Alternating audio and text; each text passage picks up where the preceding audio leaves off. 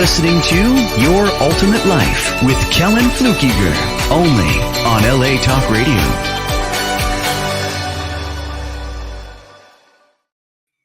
Hey, welcome to our show tonight on LA Talk Radio, talking about your ultimate life.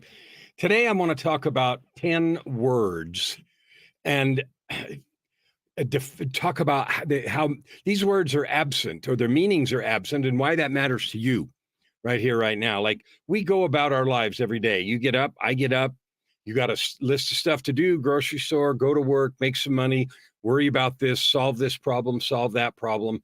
I have that too, and so do you. But at the same time, it's so important not to let the things that happen, the little things that are all over the place, and they're going to be all over the place every day, sort of get in the way of having a larger effect, a larger purpose, a larger goal in your life. And when we do that, and we've all done it, let the little things get in the way. When we do that, it's easy to get lost and lose meaning to our lives. And so one of the things I encourage in this whole ultimate life thing, where I talk about creating a life of purpose, prosperity, and joy, is what the heck does that even mean? Well, I had a chance to talk to somebody today, a couple of conversations today, and one of them was a fellow in South Africa. And I think he was born in Germany and had lived in Germany and Italy and then some other places. And now he had visited South Africa and he really loved it. And so he went back there to stay, and there's where he is. And we talked about purpose, life purpose. Now, he has a story of his life and he's had typical ups and downs, but you know what? The struggles of his life, the difficulties have led him to a place where his focus is on helping people, you, me, everyone he can, to realize that we are not victims of our circumstance and that we have the ability to take control. And I thought, wow, all of the things I asked him when we jumped on the Zoom, I said, tell me about your business and your life and why you do this, that, and the other. And he did. And then I said, okay, good. Now tell me about your heart. Tell me, what is it about your heart that makes you want to do this work? Because you've discovered these things and you're using them in your own life, but why is it so important to you to share them, to lift, to bless, to serve, to encourage? And, I knew what he was going to say because of the same things I say. And here's the conclusion we came to.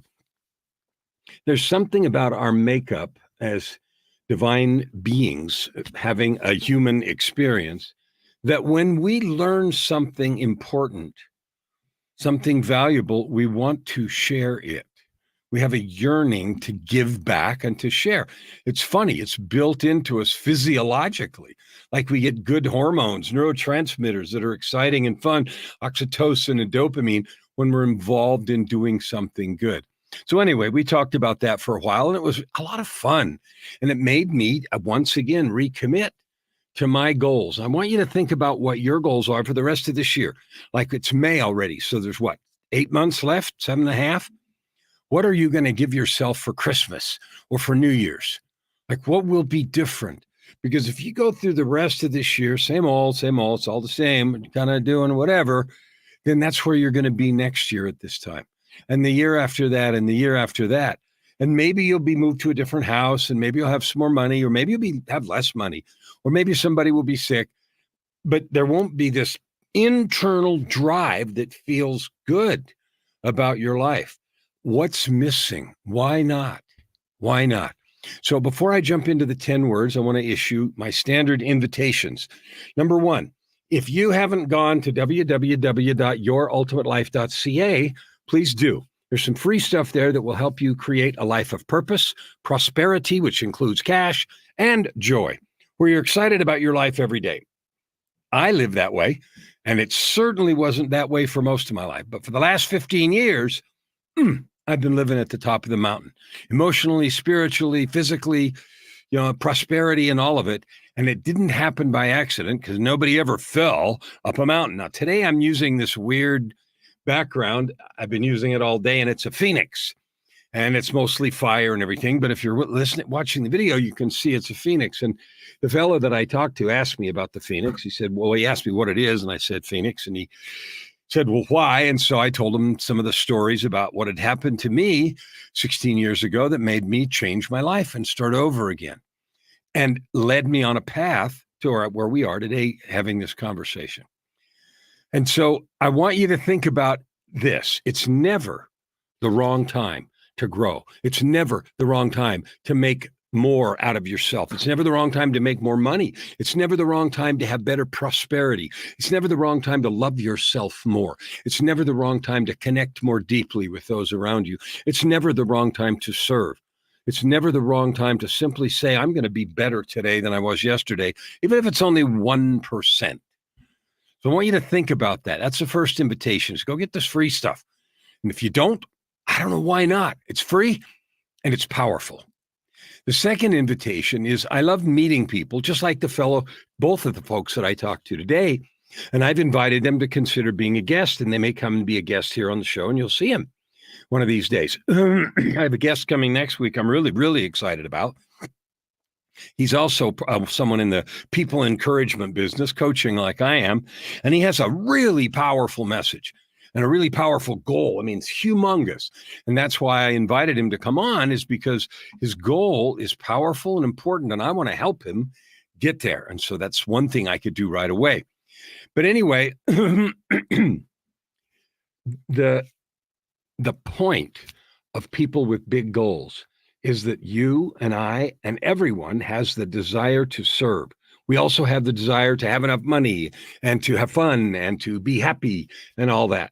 And that's all possible. It's possible. So the second invitation is, if you think you have a message and you would like to share that, I want to hear from you.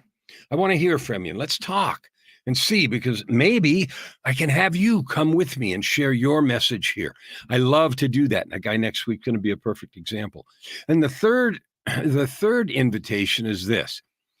If you are struggling where you think the world is against you, you're never going to make it, you're not good enough, please reach out and let's talk. I know what that feels like. I lived there for decades, sabotaging success and making a mess out of my life. In the end of 2007, some things happened that we won't tell the story today, but that changed me completely. I now live in a place of love and service where I help you right now. And my goal this year is 250 million people. So those are the three invitations. Let's start with our 10 words. The first word is one you're going to roll your eyes and you're going to say, oh, overused doesn't mean anything. And you know what? You're right. The first word is authenticity. Oh, what an awful word, except it's a beautiful word. What does it even mean? Well, what does it mean? Like, does it mean, is it a meaningless thing because we use it too much? I'll tell you what it is. It's a clarion call, a loud invitation for you and I to be truthful and open with each other. One of the highest compliments paid to me was not even intended particularly as a compliment, but I took it that way. I was at an event and I was speaking at the event, and during one of the breaks, someone came up to me, and I've always been pretty active on social. I put, this is streaming to YouTube and Facebook, and I put lots of other stuff up there too. And so he'd seen a bunch of my videos, and this was probably 8 or 9 years ago. And I've been active for a long time on social, just because I want to spread the message that I have of possibility, hope, and growth. And divinity, capability, possibility. I mean, there's lots of ways to describe that. Anyway, he came up to me and he put his hand in front of his face. And I realized it meant like he was looking at a video of me, and then he moved it and he went like this. Same dude. And he was trying in a funny and sincere way to tell me that his experience of me in person was exactly the same as it was when he saw me doing whatever it is, and I don't even know what he saw. But that felt really good for me, because there's a whole lot of my life that I lived not in authenticity. I was not authentic at all. I pretended to be one thing and I was another thing. Obviously, when you're a drug addict like I was for some years, you hide it, right? And so I was not authentic at all. The persona that I projected in public was completely different than who I really was. And of course, I lived in terror that someone would find out and I would be revealed and, shot down or worse, get arrested or do some other things. So authenticity is something I want you to invite you to think about. It means you are true all the way through, right? How you talk and how you act are the same. What you do in private is the same as what you do in public, or what you espouse or support in public. In other words, your private self and your public self are consistent with each other. Now, you might think that that's difficult or impossible to achieve, and it's not. I used to believe it was impossible because I was a poster child for not being authentic. And my public persona and my private persona were wildly different. And I believed when I first heard the word that it was just sort of a buzzword that we say, it's a good idea, float around, but you can't really do that. That's not true. You can be authentic where you are a consistent person and you live the same in private and in public. And what people see, WYSIWYG in computers, what you see is what you get. So that's the first word, and it's talked about a lot. It's talked about in marketing, it's talked about in relationships, it's talked about in business, all kinds of ways it's discussed, and it is most noticeable by its absence. People have ulterior motives, and they're hiding stuff. So what it does is it trashes relationships, and the worst one? It trashes your relationship with yourself, because you know that you're not authentic. You know that how you're acting and the persona you're projecting is not true. And that battle inside, that conflict, right? That's terrifying. It's bad. And it makes you not love yourself. It makes you unable to do your best work. It impedes your creativity. It gets in the way of making money. And I realize people cheat, lie, steal, and do all that other stuff. I'm not stupid, and I know that. But you don't need to. You can live authentically, private and public life the same. So that's the first word, and I want you to think about it, and I challenge you to take a look at yourself and pick one area where authenticity, right now, immediately, you're not authentic in that way, and challenge it, change it. What I can tell you from my own experience is the burden that's off your shoulders is unbelievable. The second word I want to talk about today is integrity. Now, for me, that was such a big deal that I wrote a big, long piece of a declaration in my PTAC, which is a personal truth and commitment document. And that's another thing I talked with about that fellow in South Africa. He talked about everything that had happened to him and all the work that he was doing on himself to be a powerful, authentic, clear, open, transparent, all that kind of good stuff. And I talked to him about documents, and he said, I have one. And we talked about it for a minute. And then I talked about having a document that was so powerful that it connected right to your soul. And, what I told him is if your document doesn't make you weep every time you say it powerfully to yourself, then throw it away and start over. Because if you're going to make a declaration about who you are, then acknowledge the truth of your divinity and declare from the center of your soul, and it's a contract with God, and it's not something you run around sharing, but I'm going to share one little line from it here because this integrity piece is so important to me. How I phrased it for me as I started working on myself, creating this ultimate life stuff, is I said, I am my word. I speak only truth. I do what I say. I am who I seem, with no camouflage, duplicity, or guile. Now, I needed all those extra words. I could have just said, I tell the truth. But that wasn't enough for me because I had lived so long shading, hiding, in ways that were not consistent with that. And so I wanted to cover, for my own growth purposes, every possibility.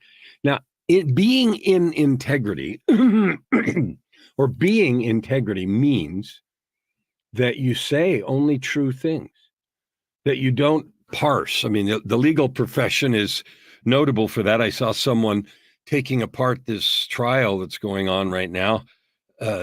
Something about, I don't even know, some affidavits were signed, and I think it's former President Trump something or other. But anyway, they were talking about denial. I didn't do this or I did that. And then they were parsing words. Well, if you say it this way, and then the news commentator looked in the camera and said, see, this is what people hate about lawyers. None of that is integrity. All of that is twisting words so you can pretend you meant something else when integrity would dictate you meant what it sounds like you meant. And that's why I put those words in there. No camouflage, no camo. I am who I seem, right? I needed that to remind myself. So my invitation to you with regard to the word integrity, if you want to live a life of purpose, prosperity, and joy, examine your integrity. Is every word that comes out of your mouth true? Do you gossip? Do you tell stories? Do you exaggerate? Do you lie? Do you hide? Do you leave things out? Do you confuse the situation to avoid blame? I'm not saying, you do whatever you want, but all those things means you or I, if we do those, we're not in integrity. We're not in integrity. Integrity means what it seems like it is. What we say is true. What we seem to mean is what we mean. We don't twist it around in some ways. And that was a huge one for me to get to from not liking myself to loving myself and living this ultimate life. The third word is transparency. Now, this is funny for me. The word transparency is deadly serious. It's not funny at all. But every governor's race and every presidential race that I have been privy to or paid attention to in my entire life. I was born in California. I grew up with, in that state and I was involved, and I wasn't involved in politics, but I was aware of elections there. I lived in Arizona for a while. I lived in Idaho for a while. And then I was back in California. And then I've been in Canada for a number of years. Every political race, here's what they talk about. Well, we're going to have a more transparent process. We're going to increase our transparency. No more backroom deals. No more hidden stuff where people can't tell what's going on. And everybody, you know what? When we hear that, what do? You roll your eyes, right? Yeah, right. This is going to be the same old crap. You're just going to be hiding different stuff and pointing fingers at the last group. That's what's happened in the U.S. with the last three elections, is everybody's blaming everybody else. And maybe it's been that way forever. I'm just really focused, I guess, because every piece of news now is about this upcoming election in the U.S. And like I said, I live in Canada, but sure is horrifying, frankly, to watch from another country to see what's going on and how little transparency there is. Like, I pull up the news and every fourth article is one side accusing the other side of cheating in some way and doing something to hide the truth about votes, about registration, about laws, about this, about that. And it makes regular people, even people like you and me who are trying to do good and add good to the world, so frustrating. It's like you just have no idea what to trust. So the only thing you and I can do about it is be transparent. So what does that mean specifically? That means when I talk to my beloved angel wife, Joy, I'm clear about what I mean. I'm not trying to do anything that isn't transparent. When I deal with my clients as a coach, I'm completely transparent about what I'm trying to do. When I talk to prospects, this is, about possible coaching and, clients and money and all that.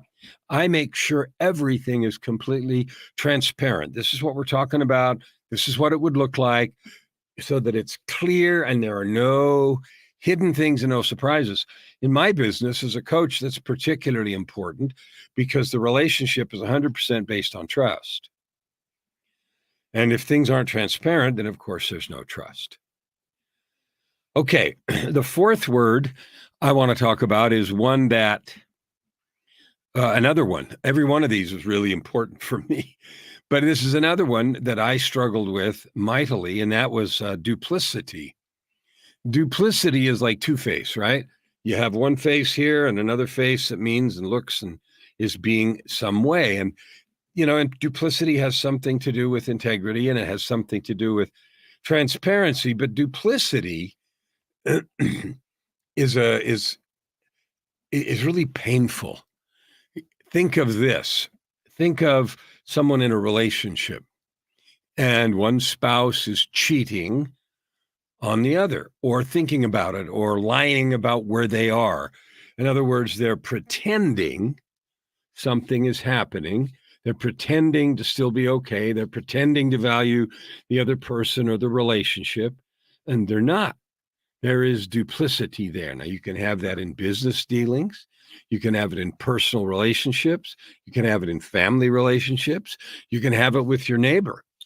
Duplicity is where you act one way and you advocate and promise this.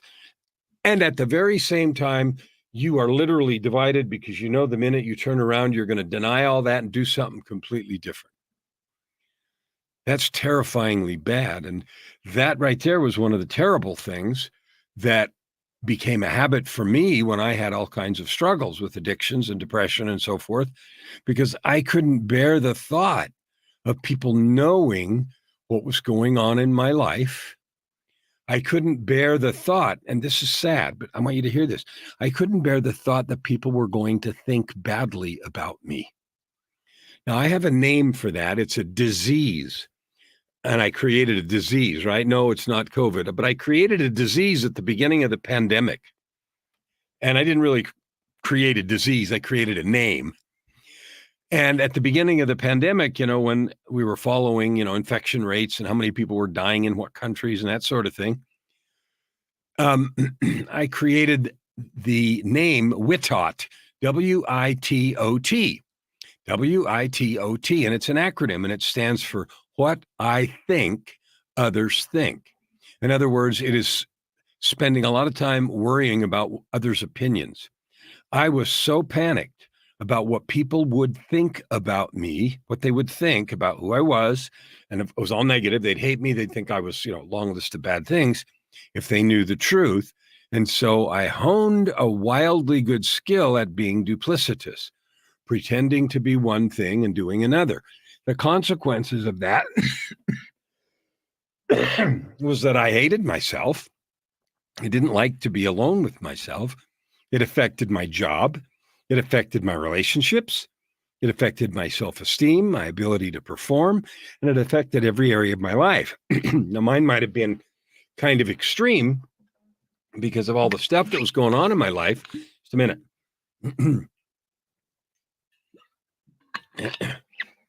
But I want to invite you to consider this. Where is duplicity showing up in your life? Where you say or intimate or promise one thing and you don't intend to do it. I'm not talking about, well, I tried, I really meant it, and I didn't do it. That's a different problem. But where you didn't mean it, you said something without meaning it. The danger of that in terms of creating your ultimate life, which this is about, is you are, in fact, a liar, a cheat, a crook. And at the same time, you're pretending things like, it's not so bad. It's for their own good. I don't really want to hurt their feelings. And you're pretending a lot of things that aren't true. What I found is that eats away at your self-esteem. It eats away at your soul. And pretty soon, you don't think much of yourself. You might get really good at fooling people. You might get really good at pretending, but I can tell you that you won't love yourself much. And from that place, it's really difficult to create your ultimate life. It's really difficult to have a life purpose and enjoy every day. Instead, there's fear in many transactions, conversations. What did I say? What do they know? And on and on. So duplicity is a real big one for me. The fifth word I want to talk about is actually two words, and we're moving away from character traits for a minute. This has to do with business, making money, and how we go about business.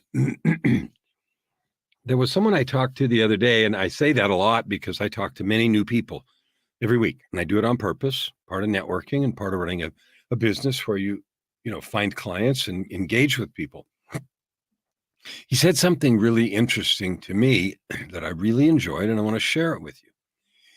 He called business, the act of business, where we do business with each other, he called it sacred exchange. Sacred exchange. Now, I read a book that I have around here, but I don't have it handy, called Sacred Commerce. And it was written by a couple of university professors who were talking about the idea that any exchange of goods and services is really a sacred transaction, sacred commerce. And it has nothing to do with spirituality, except it does, nothing to do with religion per se. But it has to do with our attitude about doing business. Now, I don't care what your business is. I don't care if you're an employee or if you are a clothing designer or if you're an accountant or if you're a coach like I am, or if you're a musician or whatever. It doesn't really matter what your business is. Every business has to have customers. Every customer involves you selling something and them buying it, them providing you some money, and you providing them a good or a service. And when you're the client, you go into a store of some kind, online or in person, you pay money and you get a good or service. If we think of it as simply transactional, okay, you have something I need, here's some money, give me that thing. You can have that kind of exchange. I want to suggest there's something more available, something available to you that's more powerful, more fulfilling, and more meaningful. And that is this idea of sacred exchange. So, for example, I have coaching clients. I could, and I know coaches, and it doesn't lead to big success, but I know coaches who go to their coaching sessions to serve clients, and they're not fully prepared. What do I mean by fully prepared? Well, they haven't cleaned out all the clutter in their own heart and mind. Maybe something happened and there's other stuff going on. So that makes their attention divided. Well, as a coach, if I'm going to be the best for you, I have to be here 100%. I have to be here all the way for you. And if I'm split, my attention's over here, or I'm thinking about something that just happened or something coming up, I'm not there. And so our exchange is only partial. We've only had partial exchange because you paid a certain amount of money to have these coaching sessions, and I'm not all the way here to give you the best that I can. Now, in that case, it's really obvious. Think about if you went to the doctor.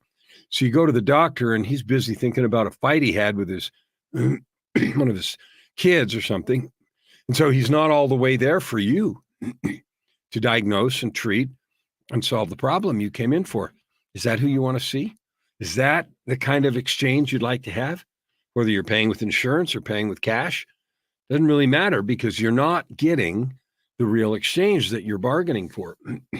If you go to Home Depot and buy bolts for a project you're building, it's a little bit more difficult to see, but not really. I'll give you another example of that. I buy a lot of stuff. I have a recording studio, and so it's over there in another part of the basement here, and I buy cables and hard drives and software and everything all the time. Now, we all like good deals. We all like getting a good price and that sort of thing.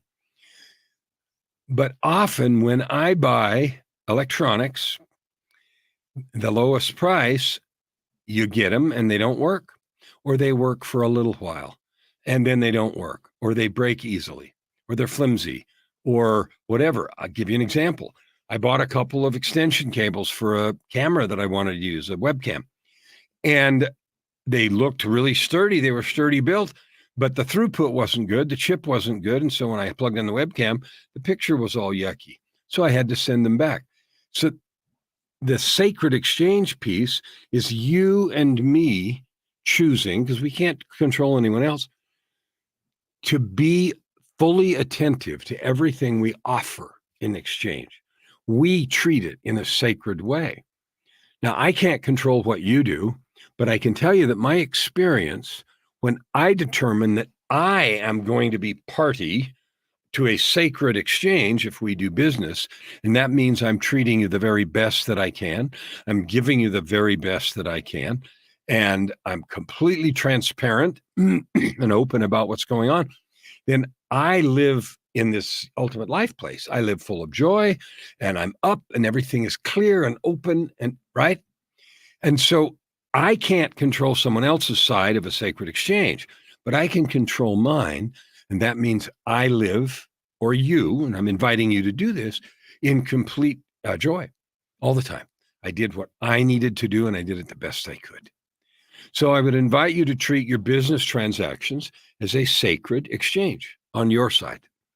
Now, the next word I want to talk about is a mindset word, and it really applies to how you view your life. This word is scarcity. Scarcity is a scary word, and it comes from the idea that life is a zero-sum game. If you win, I lose. If you make more money, I have to make less. If you are more important, I have to be less important. Like somebody has to lose for anyone to win. That is limiting thinking. Let me give you some scientific examples. All wealth on the earth, I don't care what anybody has, how many billions, comes from the energy of the sun, right? And you might think, well, that's crazy, but think about it. Everything that grows comes because the sun shines. Because the sun shines, there's food, there's development of us and animals and everything. And because of that, we can think, we can go to school, we can study, we can create, we can write computer programs, we can create reading glasses, we can create iPhones and all the rest. And so the foundation of all of that is simply the abundance of energy that comes every day, all day long, day after day. You could say the same thing about the water cycle and the food and everything. And my point in saying that is this: there is an infinite amount of energy available to any individual in the world. That's a fact. We don't use it very well. You know, I could go and plant all the yard that I have and grow food. I don't, but I could. My point in that is scarcity is a myth. The idea that I have to lose if you win or you have to lose if I win is just not true. It's part of the idea that we have that in order to be okay, it's not really okay to just be okay. We have to be better than someone else, right? I have to be above you in order to feel good, or you have to be above me in order to feel good. The idea of above and below is poison. It is a poison thing in creating your ultimate life of purpose, prosperity, and joy. The idea of scarcity is a zero-sum game. You have more, I have less, because it all adds up to the same. The truth is the pie is infinite. There's no limit to what you can create. There's no limit to the wealth you could create. Maybe you don't know how right this minute. Maybe you're not on that path. I understand that. But that lack of knowledge or lack of action on your part or mine doesn't limit what's available. It doesn't limit what's possible. It limits what I'm going to create, but it doesn't reduce what is available for me to create or available for you to create. So scarcity is a myth. And the struggle with it is when I live with the idea that there's not enough to go around, there's not enough for everybody to have a lot, then fear rules my thinking. Fear rules my interaction. Fear rules my relationships. I got to get mine because there's not enough. Fear rules all that we do when we believe that there's just not enough. And that is just not true. I can promise this because I've experienced both sides. When you switch your thinking away from not enough two things happen. One, you begin to see a path to create whatever you want. And the second thing is life is way more fun. It's light, it's easy, it's joyful. It feels just like that sky on fire behind me. Now that leads me to the next word, which is abundance. Abundance is another overused cliche word. All of these are, except maybe sacred exchange. Abundance is the idea that you can have all you want, and so can everybody else. Now, there's some real objection to that because people get value in their own hearts when they think they're above somebody. C.S. Lewis, a philosopher, said this. He said, happiness is not in having a thing, but in having more of it than the next person. So I'm only happy if I have more of something than you do, or you're only happy if you have a newer car or a bigger house. And that is so sad and so limiting because there's always going to be someone that has more than I do or more than you do. And then we're going to be worried again, we're taught what I think others think. Abundance is the idea that there is enough and to spare, that the earth is full of opportunity, possibility, creation, wealth. Our ability to generate wealth is infinite. Now, that may sound sort of woo-woo when I'm sitting here saying, oh, you can just think about it and gold bars show up on the door. No, they don't. Every person that I know that has built wealth, and I don't know all of them, but I know many that have built real wealth, tens or hundreds of millions. I know some of those people. I know what they did to get there. And there's no accidents. Nobody falls up a mountain. They created it by their actions and activities. I also know someone who, was doing that kind of work, good, positive work, created a lot of wealth, and then lost it all, got smacked down to zero and had to start over again. And you know what? Could have said, scarcity, there's not enough, I'm dead, it won't happen, unfair, rotten, and then lived as a complainer and a victim. But instead, what he did is, okay, I'm going to start over. I knew how to do this. I'm going to do it again. And he did. And now, at this juncture, he has twice as much as he had before. And it's 9 figures, not 10 yet, but, extraordinary amount of wealth. And it came because he knew there is abundance. I don't have to hurt or cheat or get over or overcome or bash anybody to get there. I just have to provide real value and put in the work required. Now, one of the diseases, there's 2 diseases that are really rampant these days. And one is the easy button.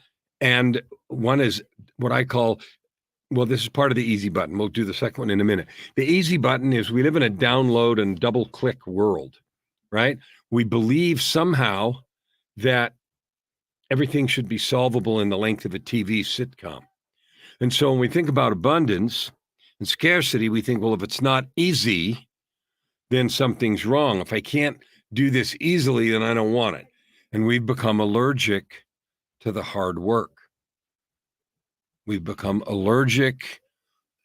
Hard work has become repugnant. We don't want to do that. There's got to be a hack, an easier way to get there. Well, there's not. Some people are going to do differently than others and maybe a little faster and slower. But anyone that I know, and I know several who have made extraordinary fortunes, and every one of them have put in the work. They come from a place of abundance. They operate with ethics and integrity, and they create wealth in that construct. I'm not pretending away guys that do it otherwise or gals that do it otherwise. But I am saying if you want purpose, prosperity, and joy, if you want your ultimate life, then knowing that there is abundance and strapping in for the ride and getting ready for the work, that is the path to get there. That's one of the reasons I enjoy coaching so much, because I love people who come, that's why I invited you in the beginning to connect, who describe the feelings they have of how difficult it is. I don't know how to do this, and this isn't fair, and I'll never make that, and I tried this and that. And the work of getting out of that mindset of being defeated, of can't, to what if. That'll never happen to, wait a minute, what about, and sort of moving in a direction of possibility. Oh, power and possibility. Now, of course, you're free to not use it and not pay attention to it. But in my switch, as I've changed from how I was to now, starting in 2000, end of 7, to now, it's been a light and joyous journey. Hard work, but a light and joyous journey. All right, word number 8 is the word intuition. Now, this is funny because intuition, people have said women's intuition is something that I heard a lot growing up. Intuition is simply the act of your spirit connecting with a higher source. Really simple. It is the act of receiving guidance from your higher self or the divine or the universe or whatever you want to call it. That's all it is. Intuition. It is a feeling, a sudden stroke of an idea or a thought. Oh, I should do this or I should try that. Now, here's what happens. We ignore it because often intuition will push us to a limit. It will push us out of a comfort zone. It will push us past something we want to be doing. Ooh, I don't want to try that. Why? I might fail. Now, failure was one of the words I could have put on this list and I didn't. Maybe another month and different time I'll do an episode on other words. But failure isn't here. Your intuition is going to push you because you and I, we were built to grow and to produce and to develop. We're built to live this ultimate life. We're built to have a purpose, to create prosperity and to live in joy. We are made to have a joyful life. But we're not going to get it handed to us. Intuition is course correction. It is the divine whispering saying, you're off course, try this. When we sit and we wish I knew how to X, and intuition comes, ignore it at your peril, because those ideas are how you get guidance. It's how I get guidance. Those ideas. Now, here's a couple things that I've learned about intuition. You can cultivate it. You can cultivate your ability to hear and receive ideas, guidance, if you will. That's a skill you can learn. It's not magic. It is not random. It is not, the divine sitting around, well, I think I'll just watch you suffer today. It isn't like that.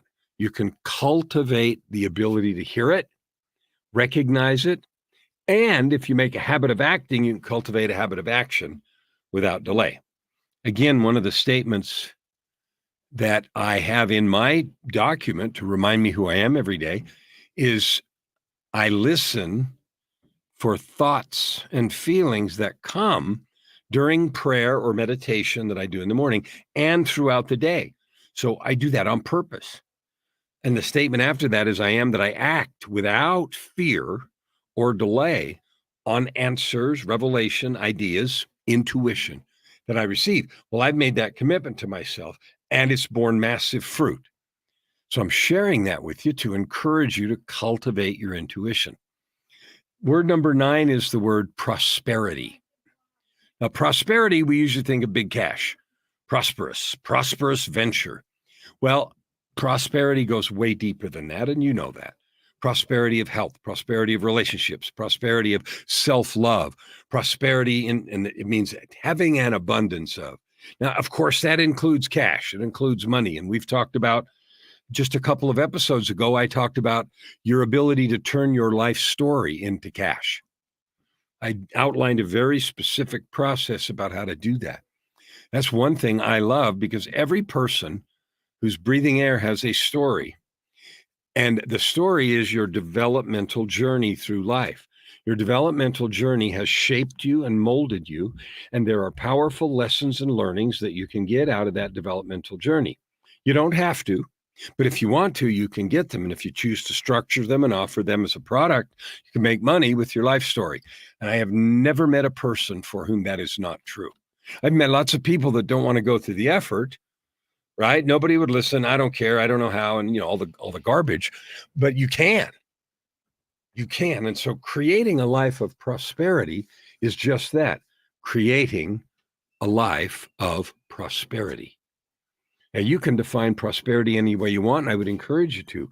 Money's obviously going to be on the list. Where do you have prosperity?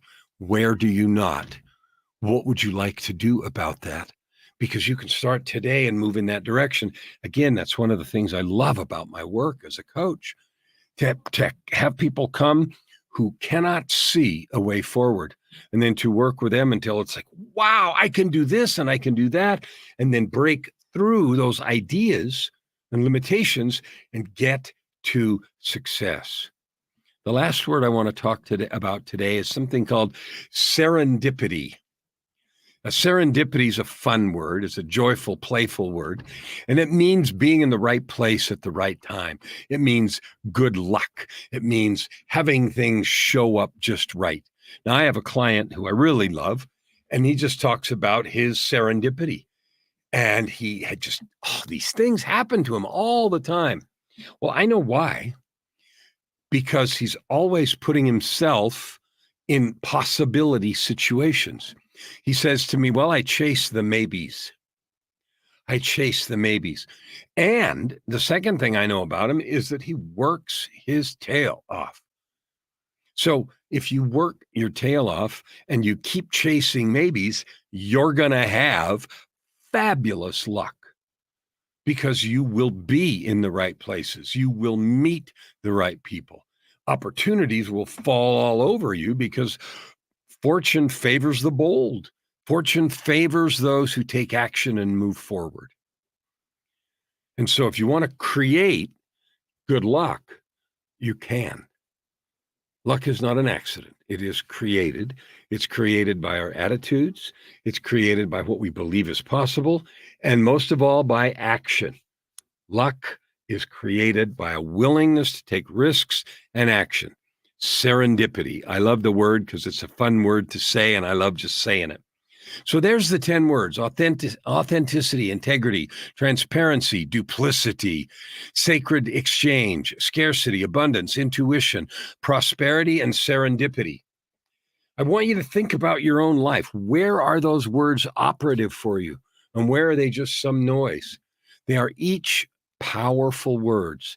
They each play a role in creating your ultimate life, a life of purpose, prosperity, and joy. I want to end with this. You, whoever you are, wherever you are, whatever's going on in your life, you're a divine being. You came from the same place we all did. You came with gifts and talents. You came with limitless capability. So you're of divine origin, and because you have capability. There is infinite energy available to create. What most of us lack is structure and discipline. We lack directions, but those are available. And you can live behind the idea of, I don't know how, all you want, but that just guarantees you'll stay where you are today.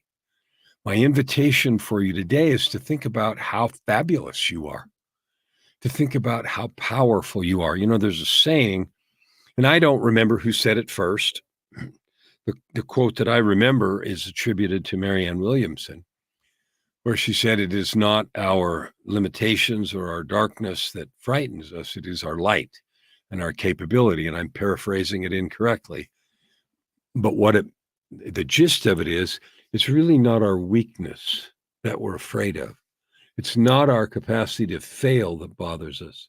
It is the power and light that we possess. And sometimes we shy away from the intense beauty and wonder that is in your heart and your soul. It's there. I reiterate my invitation to have a conversation with you. I love meeting people. I didn't used to, but my life has changed so much that I just love looking into the eyes of people and seeing their hearts and seeing the beautiful souls that everyone is, including you. What I know about you is that you're valuable, you're capable, and that your possibilities are endless. I invite you to take these words that I've talked about or other words that are important to you, but do something with it. You can make, yeah, that sounds good. Yeah, whatever. And nothing will change day after day, week after week, month after month. And then for New Year's, you'll give yourself nothing. You'll have last year repeated over and over again. Why would you do that? Time marches on. Your ultimate life, purpose, prosperity, and joy is available to you right now. It doesn't come with the snap of a finger or the wave of a wand. It comes one step at a time, like plants grow, like seasons change. Those things happen over time, one step, one gradual movement at a time. But if you start and keep moving, you will get there. I reiterate my invitation to talk. And I reiterate my love and encouragement for the genius and brilliance that is you. You deserve it. You can have it. And I encourage you to go now. Take your brilliance, your capability, and your possibility and create your ultimate life.